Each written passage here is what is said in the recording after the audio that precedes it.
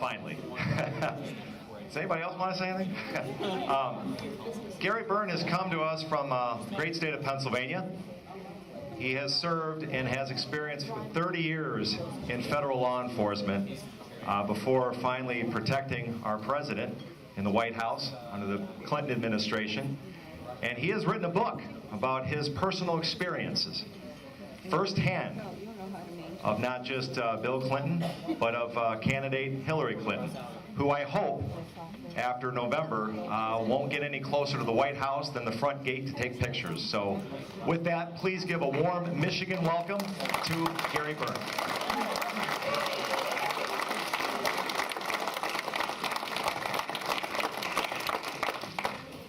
Good evening. How's everybody? First, thank you so much for the invitation. Jody, thank you. Tim, thanks for picking me up at the, picking Grant and I up at the hotel. Appreciate it.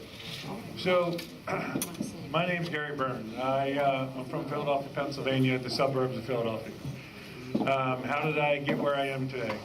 Well, I'm going to cut to the punchline first, and then I'm going to back up from there and tell you a little bit about myself and my book. You're looking at the first person in the history of the United States Secret Service to ever be compelled to testify against a sitting president in a criminal law case. Wow. I was subpoenaed 6 times. Thank you. Myself and my coworkers were subpoenaed 6 times in the Monica Lewinsky case. And we tried to do what the Secret Service wanted and with their program, and we wanted to resist these subpoenas. But the law is the law, and we followed the rules. And eventually, when we came to the end of Judge Ken Starr's patience, we were ordered to testify by Supreme Court Justice Chief Rehnquist. So I'll stop there for a minute and I'll back up. I started in the U.S. Secret Service. I was there from 1982 to 1986. I got out, I went back to the Philadelphia area. I worked at the Boeing Aircraft Company for a few years. And then one day my wife, or excuse me, my girlfriend at the time, who's been my wife now for 27 years, said, have you ever heard of the Secret Service Uniform Division? And I said, no, I haven't. You know, so I cut the little coupon out and I mailed the information in and made a phone call. And 2.5 years later, I was sworn in as a Secret Service Uniform Division officer. Wow. It was a wonderful time. I loved everything about the job. The first president I protected was George Herbert Walker Bush. Yes, very nice man, great family, very nice people. It was, protecting them was, for lack of a better description, was easy.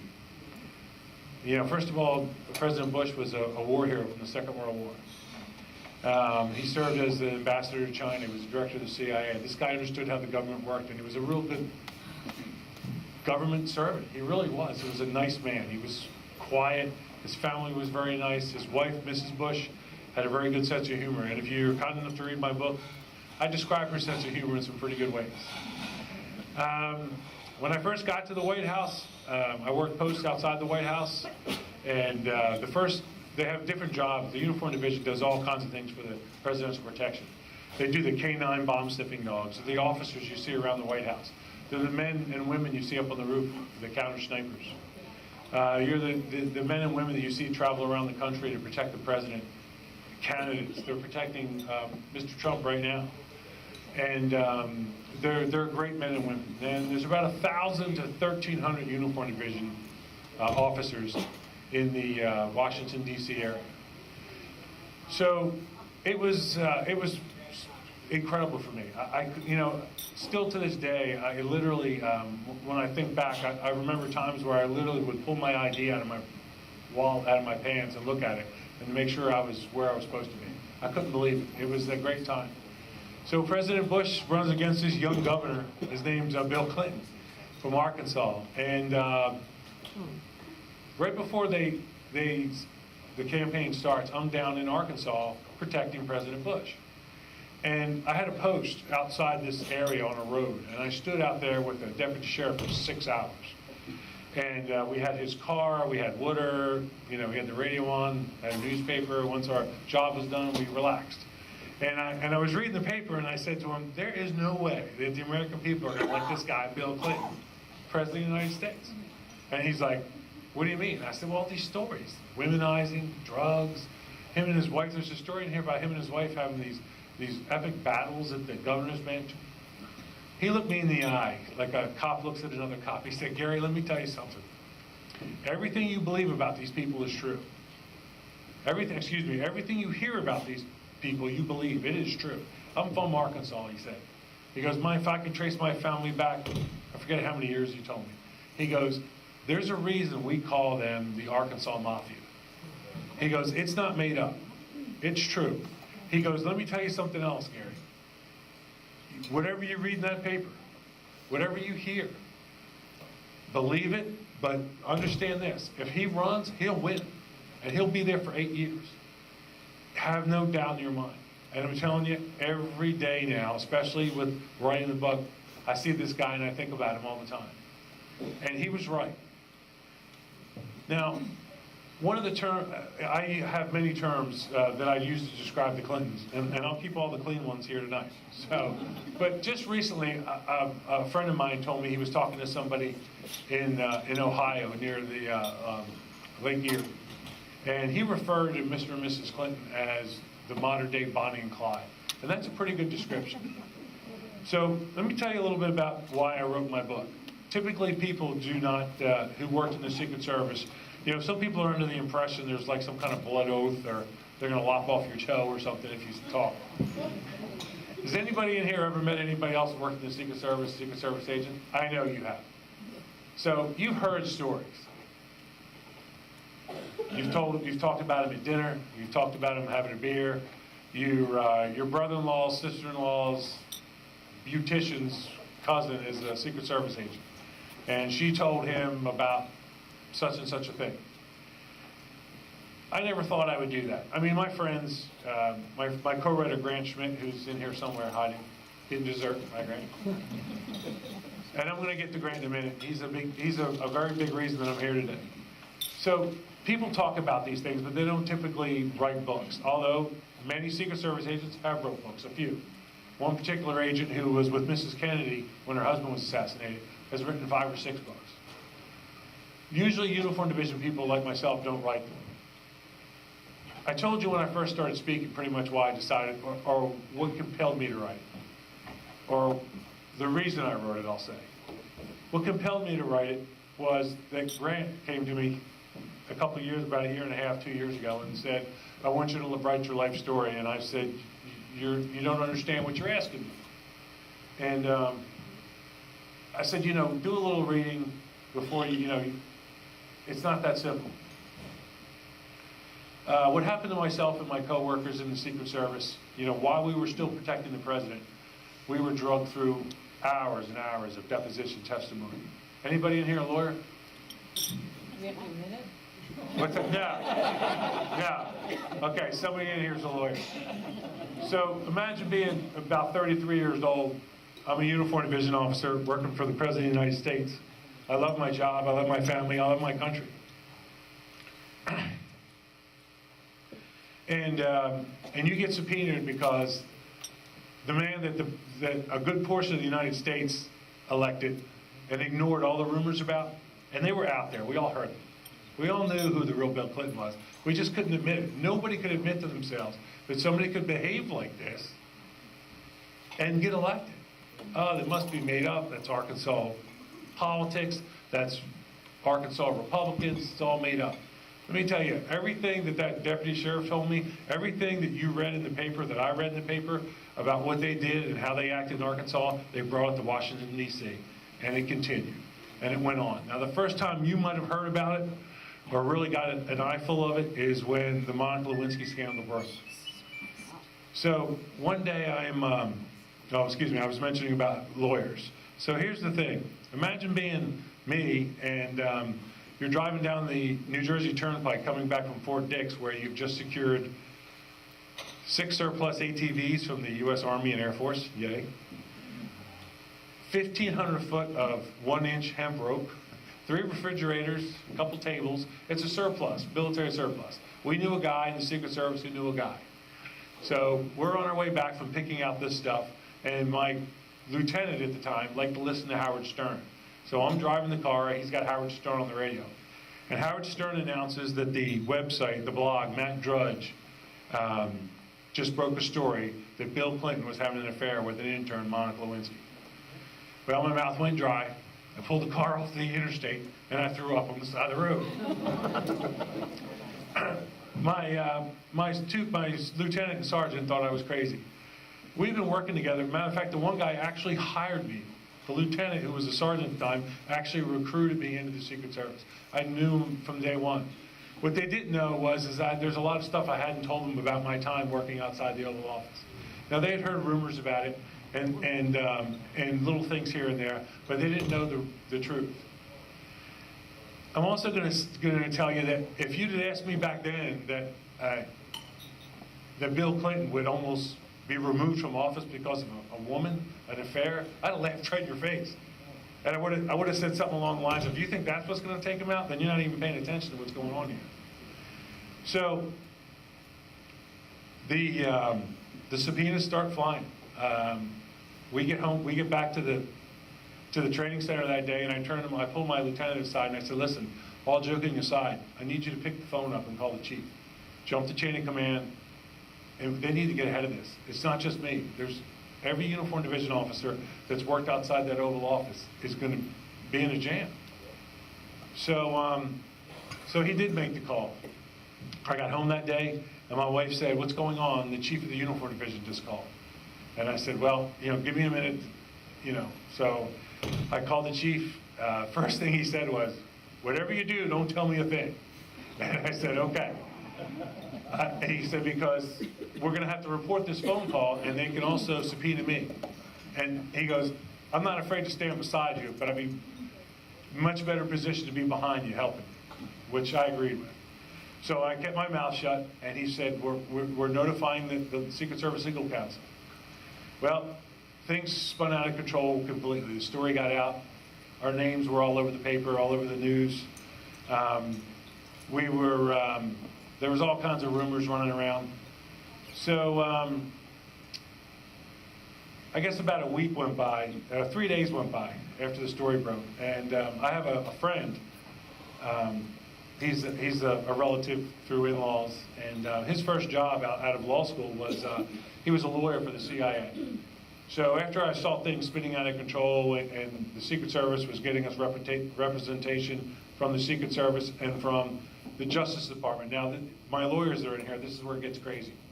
The Justice Department is the Justice Department. The Judge Starr's investigation is a special prosecutor hired by the Justice Department. We're all government employees, so there's no attorney-client privilege. So I've got the Secret Service attorneys, Justice Department attorneys that are on loan to the Secret Service that are supposedly representing me and my coworkers. Then you have Judge Starr's lawyers that are government lawyers. Then you have the FBI, who is helping Judge Starr do the investigation. To tell you it got a little bit crazy is an understatement. I don't want to tell you the whole book, but I'm just going to give you a little look at one particular day when I was being questioned. They read me my rights. They threatened to arrest me, and I jumped up from the table and pushed my ID across the table, and I told them what they could do with it. And I used some words that I won't use here, but one of the lawyers grabbed me and told me to step out of the room. I grabbed my ID. I walked out of the room. I told them that I was going to resign, and I was going to do Dateline that night, and I was going to dump on everybody. And,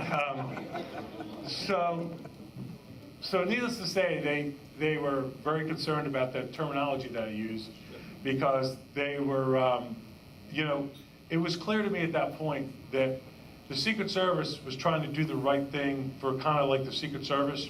Don't get me wrong, I'm not bashing them. I love the Secret Service. They have an important job.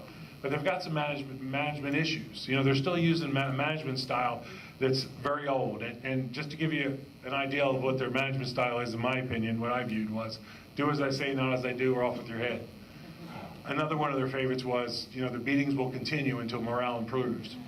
But with that said, the information that Judge Ken Starr wanted, the people that ran the president's detail, the agents that ran it, and the high-ups that ran the Secret Service, they knew what he wanted to know.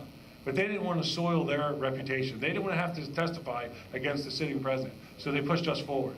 So we did what police officers do. We followed directions, and when we held up what the law was. Again, our oath was to the office of the presidency and the Constitution, not an individual man. Who is the real Hillary Clinton? And that's really why I wrote my book. When Grant came to me and asked me to write my book, and we started working on it, and I said I would work on it for 4 months, and then we were going to stop, because by that time I thought that he would understand what he was asking of me. Well, 2 months into it, I'd flipped the other way. And I decided that I was going to retire from the Air Marshal Service approximately 5 years early. And I have 29 years, so don't worry, I have plenty of retirement. But my point is I could have stayed till I was 57. And so I decided that my new mission was going to be to get the real message out. Who is the real Hillary Clinton? And I'm going to tell you in a minute. But here's the thing, and you've all struck on this a little bit, talking tonight. I'm going to answer a question that's on everybody's mind. Do I think Donald Trump is going to win? I do. And I'm going to talk about Donald Trump. Thank you. I'm going to be honest with you. My first choice when they started was Carly Fiorina. But Donald Trump whipped 16 other people. That means a lot to us. We are all baseball players. We've all been in the military. We all like to win. We all like to bake the best cakes. I like to drink more beer than my neighbor. Listen, I do believe he's going to win. And I'm going to talk a little bit about Mr. Trump in a couple minutes. And so we're going forward. So I decided to go forward with the book and make it my mission, because if by some reason, if they steal the election, and I'm going to talk a little bit about that too, I can look Elizabeth and Ethan in the face and I can say, your father did.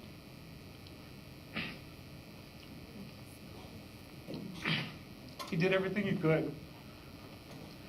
Because the real Hillary Clinton, she's cold, she's distant, she's dishonest. She's a compulsive liar. The real Hillary Clinton sat in a limousine outside the south lawn of the White House one time. Do you remember the door on the south portico? She was sitting there in a limousine, and she was waiting on somebody else in her staff. The agent was sitting in the front seat, one agent. The other agent hadn't gotten in the car yet. The driver was sitting in the front seat. 3 days after this happened, I stood post with this guy, and he told me the story to my face. He said all of a sudden she started ranting and raving because she was waiting on somebody. Now what does that sound like? Ranting and raving because I have to wait on somebody? That's a dictator. That's somebody who thinks what comes out of their backside doesn't stink. So she started to throw this fit. She had in her hand a Bible, which I will tell you later that a Bible in that woman's hand is nothing but a prop. She leaned forward in the limousine and she struck the Secret Service agent in the back of the head with the Bible. He turned around in the car. Now, not many of you have probably been in an armored limousine. You probably have. It's not just so easy for the driver to spin around, but he turned around as best he could. He made it very clear to her in locker room talk that that wasn't going to be acceptable. And he reported it. Now, everything that I talk about today, and I talk about in my book, that I wasn't actually there for, it was investigated by the Secret Service. The Secret Service, anything that happens with us gets investigated. When I stood post with this guy 3 days later, he told me that story, and he actually had a little humor about it. You know, he was embarrassed, and they offered to transfer him to another part of the detail, but he wasn't going to let her push him out. He worked hard to get where he was. They just don't let anybody on the President's Protection Detail, and they don't let anybody join the Uniform Division after I got in, or before I got in. You have to take a polygraph test to get those jobs now, a lie detector test. My lie detector test, my polygraph took 7.5 hours. Again, when I left, I threw up on the ground. Right, I shouldn't drink, you're right. My point to telling you about the lie detector test is, U.S. Air Force, Secret Service, U.S. Air Marshal, nobody's ever questioned my word or my honor, or that I was doing the right thing until I wrote this book. And again, I wrote this book so Elizabeth and Ethan know that I tried to do the best that I could. I tried to get the message out who the real Hillary Clinton is. I talked about her being cold, distant. She struck a Secret Service agent in the back of the head. The women that worked for her, that came up from Arkansas, were so afraid of her. It was unbelievable. I can't describe to you. Let me try to put it in normal circumstances. You go into the pediatrician's office with your kid, and you see a doctor treating his nurse by striking her with something, or yelling at her, screaming at her, using foul language. No, I'm not a, thank you so much.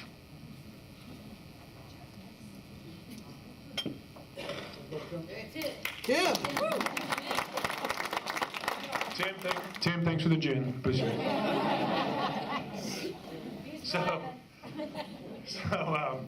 So, you know, to put it in context, you walk into your doctor's office or the mechanic shop, the guy who works on your car, and you see him treating his employees like this, you grab your kid or get your car keys and you get out. You don't let them work, take care of your kids, and you don't let them work on your car. This is the real Hillary Clinton. Now, the truth about her has been out there, but you have to learn how to look at it. You have to learn how to be a detective a little bit and learn to look at the clues. Now, clearly, a lot of the things I'm telling you right now ring true to you because of the WikiLeaks, right? WikiLeaks is leaking stuff out. You're hearing about how Democrats really talk about the American people. They're slandering Catholics. They're using, you know, off-color humor to describe Hispanics. They clearly they loathe a good portion of this country. They didn't learn that from themselves. That came from the attitude of Hillary Clinton. Because everybody that's running her campaign, John Podesta, I didn't really know Uma. Where's Greg? No, that's one. Cheryl Mills is another one. And another young lady. It'll come to me in a minute. No. But I have a funny story about her. That'll be next. So, these people were with her husband when he was president. This is where they learned this incredible disdain for the American people. If they could do it honestly, they still don't do it honestly. There's been many times when she talked about things and she could actually tell the truth. Let's talk about when she went to Bosnia and got shot at. Now, you worked for the U.S. government, right? So, like, how hard did you laugh when you heard that? Because everybody you know that was in the Secret Service, you never hear a thing about that, did you? I was in the Secret Service. When I heard her say that, I laughed out loud. I'm like, oh my God, her craziness is out. The secret's out. She's nuts.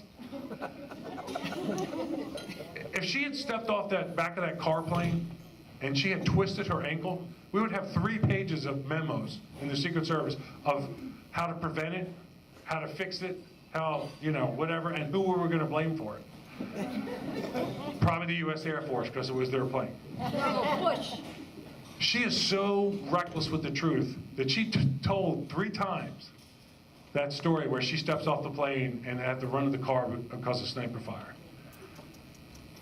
That's the real Hillary Clinton. She's so used to lying, and she's so messed up that she thinks she can get away with it, because she's been getting away with it for years around her sycophants and supporters. She can say anything to them and they believe her. Go back to when she was First Lady, and I talked about some of these women who came up from Arkansas. I went upstairs. I had transferred from the Oval Office, which I was there for 3 years, over to the tour section. And the tour officers give all the tours at the White House for the First Family, guided tours, congressional tours, private tours. So anyway, I go upstairs to get the tour list, and these 3 women that I have contact with, they help run the social office of the First Lady. And they're standing in the hallway and they're discussing something that they're very stressed about. I mean, to the point where I walked up and I looked around. I thought something was wrong. I asked if there was any health issue, and she said no. And she explained to me what happened was that one of them had allowed an intern to order some stationery for the White House. Now, the White House orders tens of thousands of copies of stationery for each administration for all these events that they have. Well, this young intern made a mistake, and she ordered the wrong stationery, and it was useless. So they weren't upset about wasting thousands, tens of thousands of dollars in American taxpayer dollars. They were concerned about who was going to tell Hillary that the mistake was made. And that's true. They were terrified. And the one woman who was scared the most, it was a woman that worked with her at the Rose Law Firm.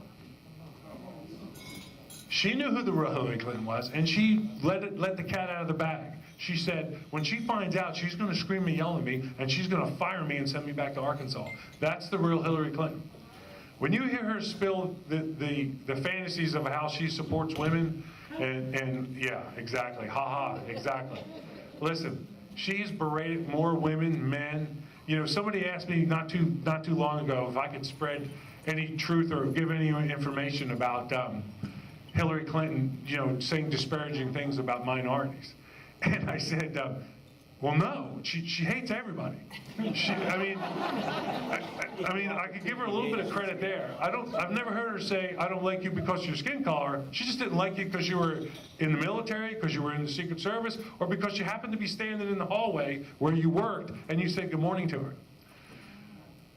One of my coworkers was walking down the West Colonnade one morning. That was the walkway that connects the mansion to the West Wing. And the First Lady was walking towards him, and he said, good morning, First Lady, and she said, go F yourself.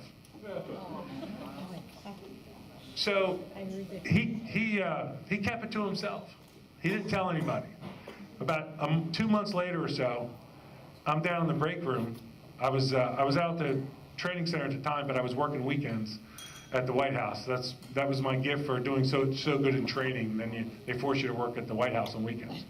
So this other guy comes into the break room and says, hey, today's a weird day. I said, why is that? He said, well, the First Lady, I said hi to her and she told me to go to hell. And this guy jumps up and says, nothing. That's nothing. She told me to go F myself. So the sergeant's looking at me, I'm looking at him, you know, and we kind of joked. We said, well, listen, you know, she's not fond of us. She doesn't like us. So, but the sergeant took it a little bit more serious than that. He did the right thing. He picked up the phone, he called the watch commander. It went up the chain of command. In about 2 hours, these two guys in Secret Service agents, internal, one guy was a deputy director and the other two guys were from internal affairs. They came in to talk to these guys. And they made it very clear to them, look, you're not in any trouble, we just need to know what happened. So they explained what happened, they took notes. Now, I mentioned earlier about the agent that was hit in the back of the head. That was before this. After he was hit in the back of the head with the Bible, 2 days later, a memo came out and from the Secret Service reminding us that any interaction that we had with the protectee or their family that was negative, that we had to report it right away. Then these incidents happen with the foul language, and the memo gets sent out again. But here's the problem. You can't fix this problem because it's not the Secret Service, and it's not the temperature of the room, and it's not the way the sun came up that morning. The fact is that Hillary Clinton is involved in politics, and she's a defective, angry, dictator-style person. Now, she's somebody that wants all these big government programs. We've heard her. You know, there's not a government program that her or her husband hasn't seen, especially her, that they don't want to expand. And I'm going to go off track just a little bit, but I'll come back to where I am.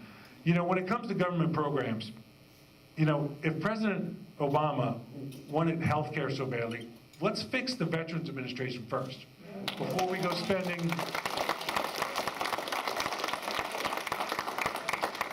spending money on another program. Let's fix the problems with the fraud in Medicaid, Medicare. Fix what we have now, and then see what we can do to maybe help some people that need help. But we keep adding on all these government programs that on top of the ones that don't work. And you know, the problem is now that our government's so big, I'm not even sure some people understand how crazy it is. I mean, we're borrowing 40 cents on the dollar. You don't live that way. None of you do. I certainly don't.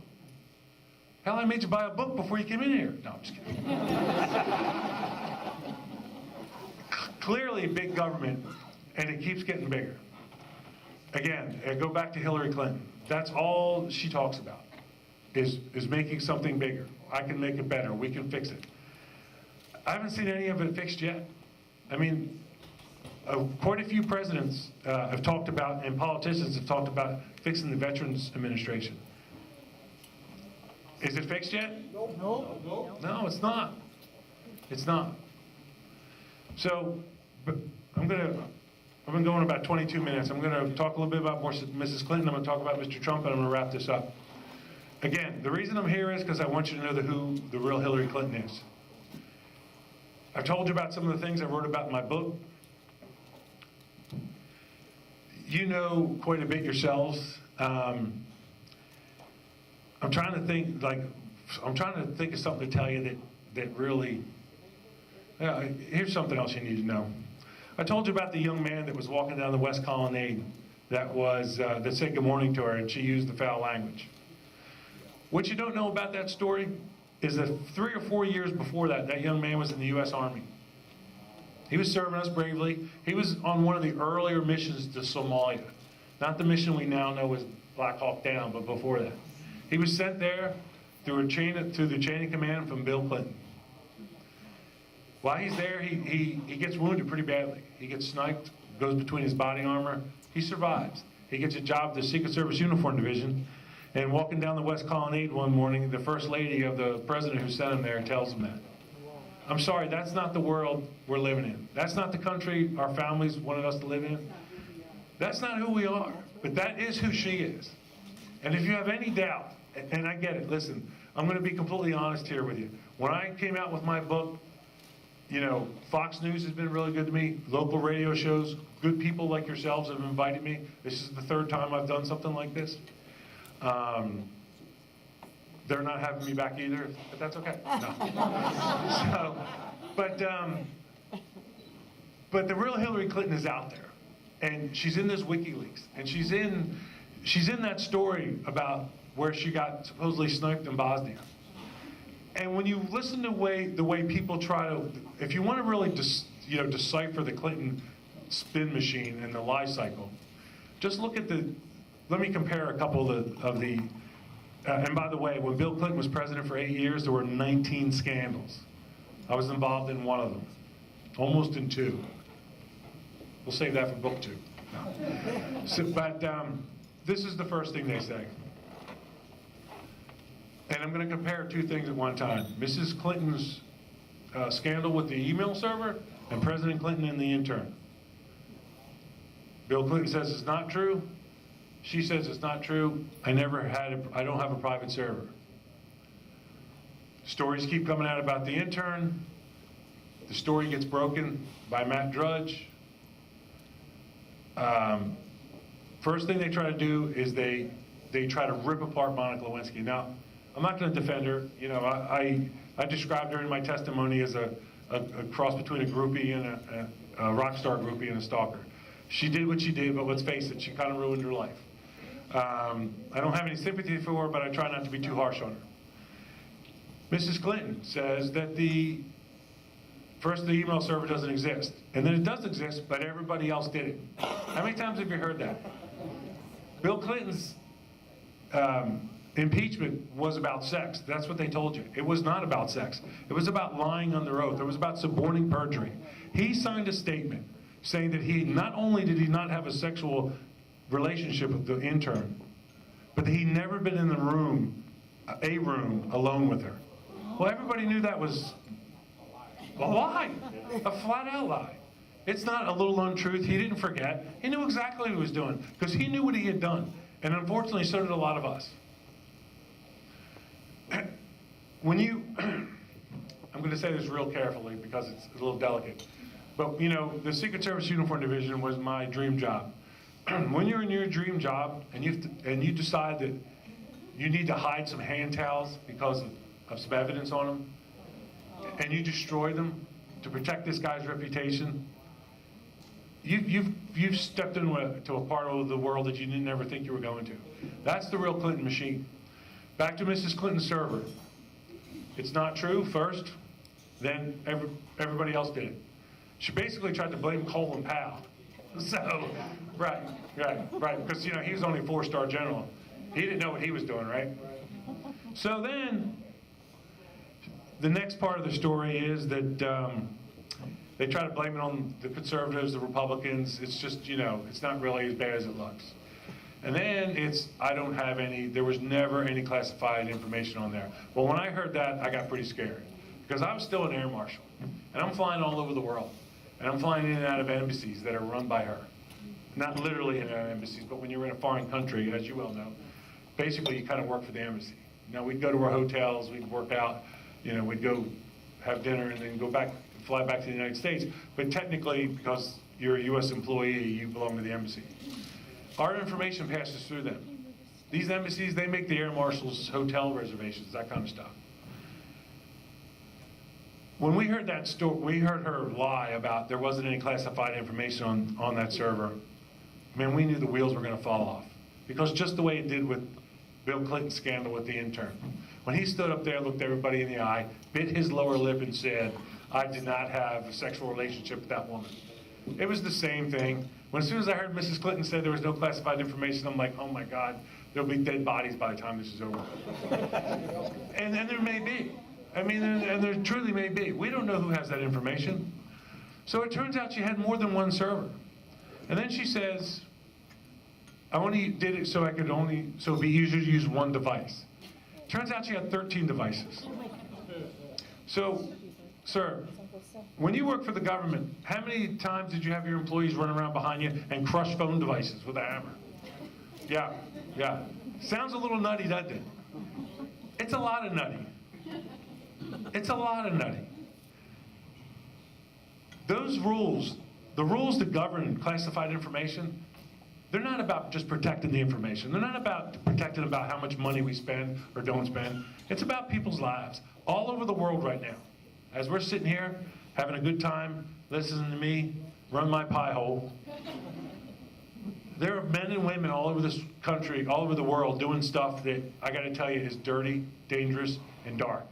And they're doing it so that flag stays the way it is, and so we can give this guy a chance to fix some of our problems. So we need to protect that information. And I'm telling you right now, this woman cannot. How is it possible that as 8 years as a first lady, 8 years as a senator, that she didn't know what the rules were? She knew, she purposely did it so she could help build up her foundation's stockpile of money. That's what it's going to end up being. Now, if I'm wrong, I'm wrong. Don't tell anybody. But I'm telling you, I'm right. Everything that they do on the sly or in the dirty. They don't do anything straight up. I mean, even her husband, after the Bosnia, they tell so many lies they can't even keep them straight. I'm going to give you this one more example, and then I'm going to take some questions. When Mrs. Clinton said that she was sniped at, and eventually she said it 3 times, the video comes out, they released the video, which I still can't believe somebody in the mainstream media released the video, but they did. And first she tried to stick to her story until she saw the video and she realized how ridiculous it looked. Little girl handing her flowers. Yeah, Chelsea by her side. They also, I like to tell this part of the story. They also had the comedian Sinbad with them. Did you know that, Sinbad the comedian? When they interviewed him, he said the most dangerous thing about that trip was that if you got between him and the food bar. So, and I thought that was really good. So, her husband comes out, you know they're in trouble when they bring out Bill. Right, so Bill comes out there, and he says, well, I hope someday, if you all ever fly as much as my wife has, and, what's that? Yeah. That, you understand how tired she was when she said that late at night. Well, she didn't say it late at night, she said it 3 times, and it was in different parts of the day. She knew exactly what she was saying, and she knew it was a lie. But see, this is the thing about Hillary Clinton. It's not cool enough that she's first lady. Now she has to look like she's tough. And she has to look like, she never served in the military, her husband's a draft dodger, I have to, I'm cool, I'm with the military. Yeah, she tried.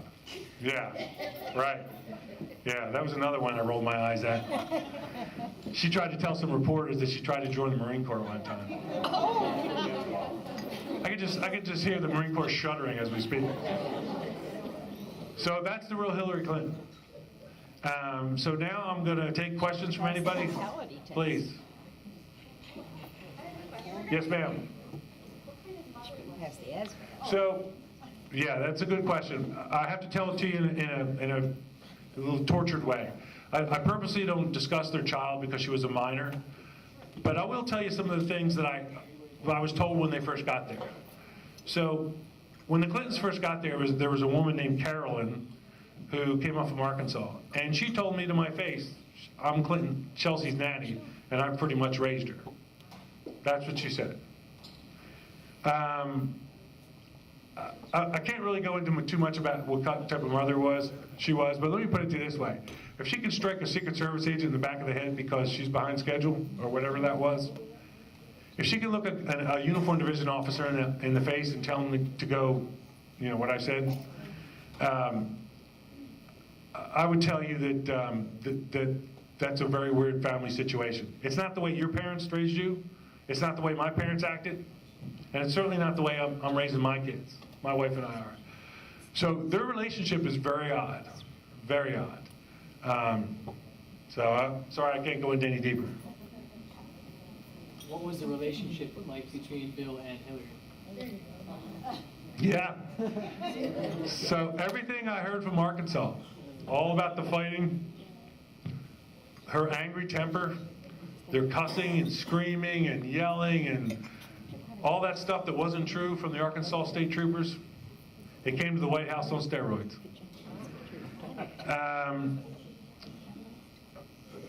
I'm going to answer that in a way by telling you a quick story. Came into work one morning, went over to the White House, over to the mansion. I was supposed to be going to the West Wing. I stopped at the mansion to see a buddy of mine. He said they had a big fight last night. A couple of housemen were there, the people that maintained the White House. He said, yeah, it was crazy. Sometime during the fight, we heard a crashing sound. Now, some of this is going to sound familiar to you. They heard a crashing sound. When it was investigated, they found a broken blue vase. As soon as my coworker told me about this, I walked right down the hallway, about from here to the back of that wall. On the ground floor of the White House, there's two little doors, and inside those little double doors is the curator's office. Those are the people at the White House that take care of all the artifacts and artwork at the White House. I looked in there, and sure enough, there's a cardboard box with a broken blue and white vase. So I heard about the fight. I saw the damage. I go back over to the West Wing. A couple hours later, the president comes over, and he clearly has a black mark, a black eye under his one eye. He's trying to conceal it with makeup. So I say to his assistant and his secretary, I said, what's that black mark under the president's eye? And his assistant, who was a dedicated, good person from Arkansas, I respect her. She says to me, Gary, he's allergic to coffee. And I said, he's allergic to coffee in one eye? And the secretary, Betty, looked at me with like these eyes this big, and she's like, her look on her face was, oh my God, will you shut up? And she put her head down and she started acting like she was typing, and I walked out of the room. I said it on purpose because I wanted it known that I realized what had happened. Now, here's the facts. I was not upstairs when it happened, but there was a fight. It was so loud, an argument, and not their third one, that the house people downstairs on the ground floor started moving away from the stairwells and the elevator shaft because they were embarrassed. When the crashing sound that they heard was investigated, there was a broken blue vase. I saw President Clinton with a mark under his eye. He was trying to conceal with makeup. It was a black eye. I don't know how he got it. I don't know how the vase got broken, but those are the facts of what happened that night. Yes? Is there any similarities between the Clintons and the House of Cards? Yes. Similarities? Yeah. Is there any similarities? Yeah, I would tell you some of it is. I think the people in the House of the Cards might be nicer. No, just kidding. Yeah, here's the funny thing. When I was still flying as an air marshal, I caught a couple of episodes on flights back from Tel Aviv, Israel. And don't worry, they're only like 13 hours long. Anyway, so yeah, I caught a couple episodes. I do know what you're talking about. Yeah, I do think that they probably took some of that, you know, from the Clintons' real life. You know, again, the people in Arkansas that they revolved around, and the citizens there, they referred to them as the Arkansas Mafia. You don't just make that up for no reason. So yeah, I do think there's some similarities. You know what the worst thing? And they interviewed one of his competitors, somebody from New York City who he competed against for building spots in the city. You know what the worst thing the guy could say about Donald Trump, his competitor, to 60 Minutes was? That his organization was so clean that he was hard to compete against because you couldn't have any dirt on him. Right, you can't make it up. Mr. Trump's reputation from where I'm from is that he was a great businessman. He made a lot of money. He built a lot of great buildings. He employs thousands and thousands of people in these projects and in these hotels. Yes, has he had some business issues? Who runs a business in here that hasn't had a slowdown? His business did not go under. He saved it by using the laws the way they were written. Right. It's the same thing you and I would do. Just like when they accused him of, oh, he didn't pay enough taxes. Well, to a Democrat, what's enough? Yeah. To a Democrat, what's enough? 50, 60, 70% until I'm done and I jump out the window because I've got nothing left? It's never enough. That's something else you need to understand. Mr. Trump, never heard a bad thing about the guy. I worked with two air marshals that worked at two of his different casinos over the years ago. They had really nice things to say about the organization, about his kids. His kids, how he brought them up to learn about the business. He started them down in the kitchen. He taught them, he made them watch the dealers and then interview these people. What can the Trump organization do to make your life better as an employee? That's what these people told me. One of the women told me that in an interview one time, they found out that her supervisor found out during a evaluation that her mother was sick and things were bad. Well, when it got up the chain of command of the Trump organization, they went to her, provided her with help, told her they would lighten up her schedule, what did she need, and she was given some money. She was helped out so she could stay home with her mother for a while and help her heal up. That's the Donald Trump, those are the stories that I know about him.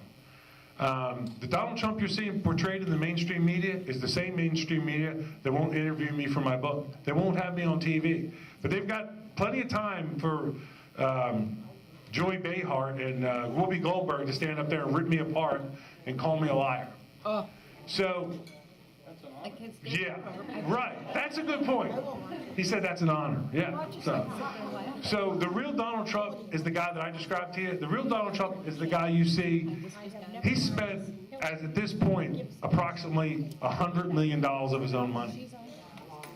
Name every president of the United States. Nobody, all put together. They've never spent that much money. Of their own money? Never. They get it from you and I. This guy's putting his money where his mouth is. And that's why we need to put our ballots to get him, we need to elect him. This is the guy that's going to stop this incredible rush to spending more and more money and expanding all these programs and all this craziness that's going on. You know, is there anybody in this room that goes to bed at night and leaves their doors open? Yeah, I don't. And I've got more firearms than God almost. But here's my point. Why shouldn't we secure the border?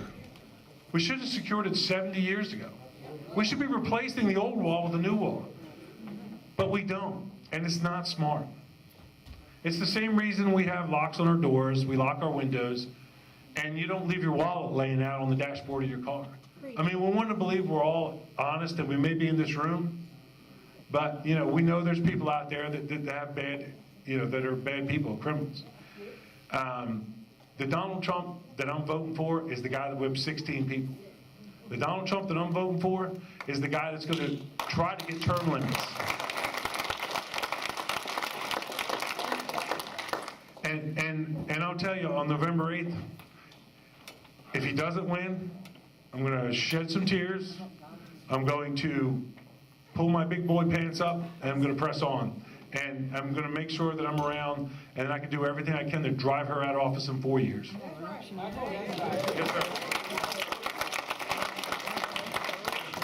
Can you share any validity on Bill Clinton's website? A guy named, a young man named Mr. Danny Williams. Danny Williams. Yes. Well, I don't know if I can shine any light on you, and luckily I haven't gotten subpoenaed over that one. But so here's what I do know. When I worked at the White House, like in the early 90s, his mother showed up at the White House with that boy. He was a child. I mean, we knew inside the White House, like there was somebody outside. I can't remember who the news agency was, but like somebody came up to the gate and said, we're here with these people, and this woman says that's, like it got around the White House. That's the first time I heard about it. I will tell you, his picture has been printed in the paper a couple times over the years, back then and now. Are you asking me, do I see a resemblance? Yeah, I do. Do I think it's possible based on what I've seen? Yep. I absolutely do. Yep. I do. I mean, one of the things, I'm going to get to you in just a second. One of the things that came out in the Lewinsky investigation, they interviewed a lot of people. Bill Clinton used to golf with a guy named Vernon Jordan, an attorney, high-paying, actually a very nice man. A woman that worked for Vernon Jordan ended up getting deposed or had to tell her side of the story, so to speak. So in her testimony, she stated that Vernon Jordan had bragged, that Bill Clinton had bragged, that he had had hundreds of affairs. So is it possible that Danny Williams is from one of those? Yeah, I think it's possible. I don't understand why they won't come forward and put it to rest. But I do know why, actually. Because they don't do anything that they're supposed to right. They don't care. When you hear them talk about children, you know, this kid was a child, this man was a child at one time. Put his mind to rest if he really believes it. But they won't. One more question. When the Clintons left the White House, she took a bunch of antiques. She did. Tried to clean out the airplane. And they pumped all the W's out of the keyboard and did about $100,000 worth of damage. True story. True story. Yeah. So not only did they pop the W's off, but the old executive office building is part of the White House complex. And the old executive office building used to be the original Department of War, Department of Navy. And it's marble, it's beautiful. Anyway, they have these huge staircases that come all the way down the building. And the top of the marble railings are these beautiful pieces of oak wood, mahogany, excuse me.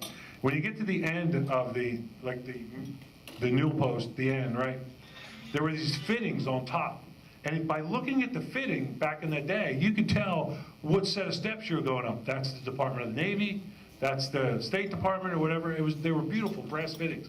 They stole some of those. You can't buy those at Home Depot. I don't know if they were ever retrieved. I do know the furniture came back because they had to embarrass them in the newspaper. And they had to go, and now listen, you're from Arkansas and you've made a mistake about the furniture you took out of there. You thought the White House furniture was yours. Now, when my dad retired, he was making about $40,000 a year. I understand, middle class, lower middle class. Our first pickup truck only had 3 wheels, So, but, and I'm not making fun of poor people, but listen, that furniture at the White House, it don't come from Bed Bath & Beyond. That's history. I mean, the hassock that they had to return was like 150 years old. It was, it's just incredible. So yeah, that's the real Clintons. That's who they are. They think that because they're in government, they're not there to serve us, they're there to serve themselves, and that's very clear. So with that, I'm going to go ahead and wrap up. I was only supposed to talk about a half hour. I'm very sorry, but thank you very much. I appreciate it.